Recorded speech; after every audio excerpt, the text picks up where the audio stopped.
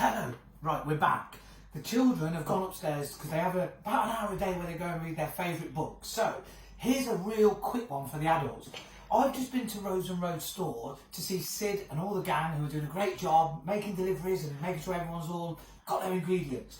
I've got my ingredients for a video I'm going to do later, but it's about 4 o'clock and to be honest with you, I don't know what day it is. So, myself and Genoa, the camera lady, are going to have a sneaky tomato and vodka Bloody Mary. So, if you buy this, Big Tom, it's already spiced.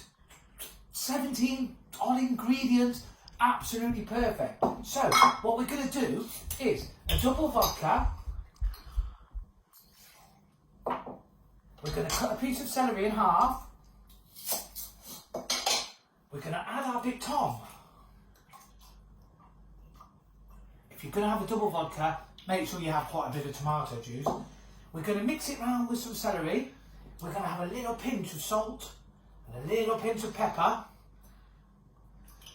And we're going to say cheers. Stay at home, drink well, and stay safe.